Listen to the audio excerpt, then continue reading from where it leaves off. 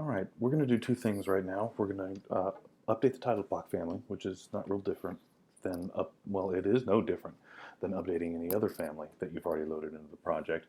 But we also need to add some project parameters into this file.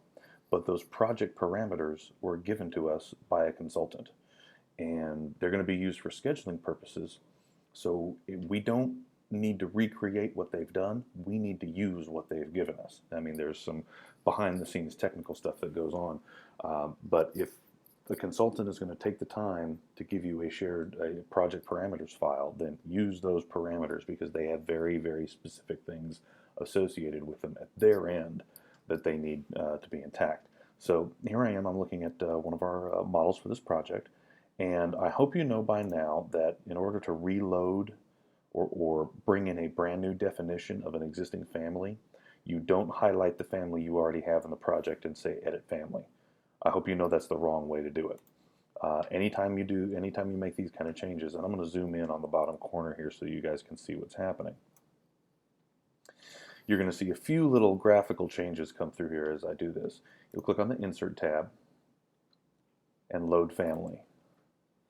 Then navigate to the project directory.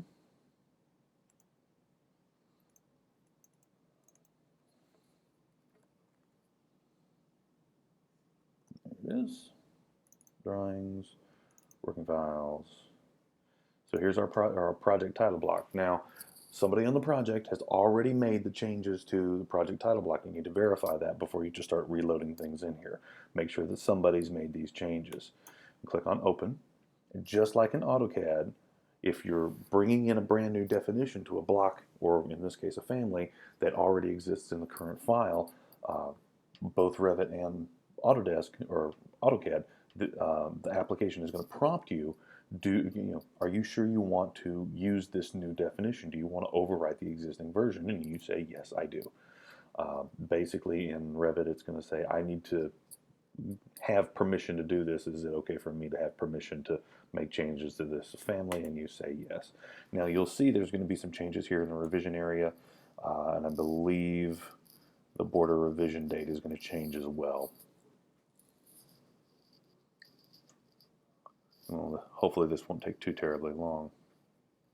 Trust me, it didn't crash. It's just thinking really hard.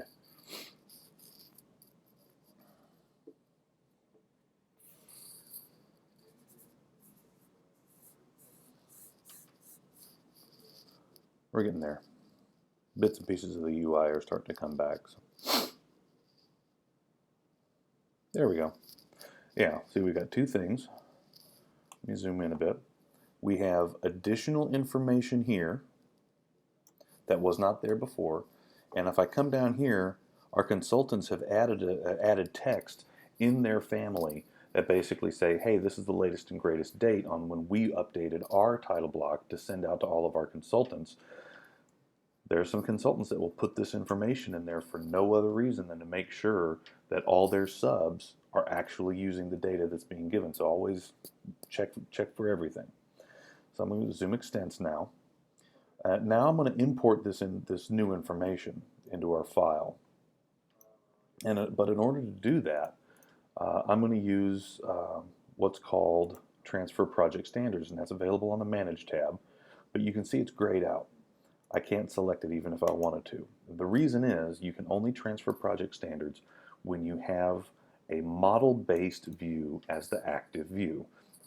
Don't know why Revit did that, but Revit did that. So now that my command is available, click Transfer Project Standards. And also, in order to have this work, you have to have the file open. I don't have the ability to click on a file and say use this file that's sitting over here. The file has to be active in memory, either as a reference file, which these are all the reference files in the current project, or the file simply has to be open. And that's what I'm going to do. I'm going to click on Open. I'll back my way out of the plumbing directory, go in Architectural. This is where I save all the shared parameters files. If your consultant goes through the effort to make these shared parameters files, use these parameters.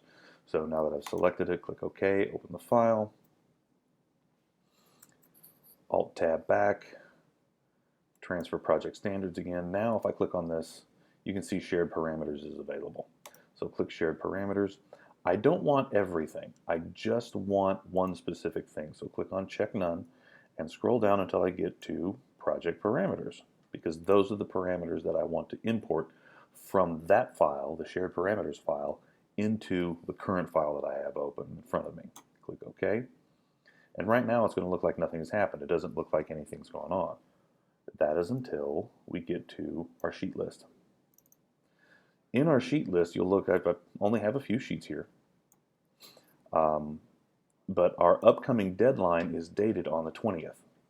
So I'm going to add a field. I'll click on my field button, bring that down.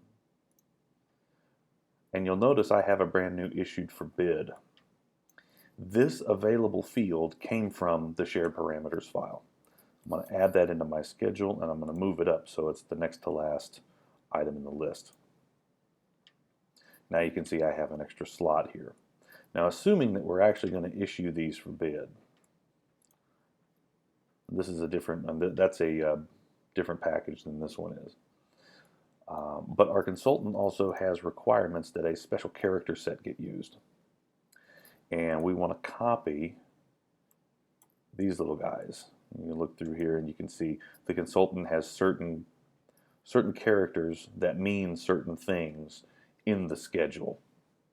So we need to copy that exact character, and you highlight it in Outlook, because the consultant was nice enough to just include all that information here. We can either highlight it in Outlook and just Control C, or we can right click and say copy. Either one will work. It's a standard Windows thing. Go back to our Revit, and in this field, now I can't right click and say paste. I can't right click here, but I can still hold down my Control key and hit V and paste it in that way. Now this is where you as the operator know something that I as the Revit manager don't necessarily know. You know what sheets are or are not released as a part of this particular set. It could be just this one sheet. It might not. This is something that you, the individual person working in the project, need to know what sheets you're responsible for. And somebody on the project is going to be tasked with making sure that that information is sent out to all of you. Chances are it's going to come. The project manager is going to send that email to you that outlines all the things that you need to do to update your sheets. It's going to include things that, make sure you have the date and it's in this format. All that information is there. So make sure that you follow these instructions. But this is importing that shared parameters file to use in our schedules. And these shared parameters feed back into their schedules so that their schedule properly reads and sorts the sheets that we have in our project. All right? I hope that helps. And come see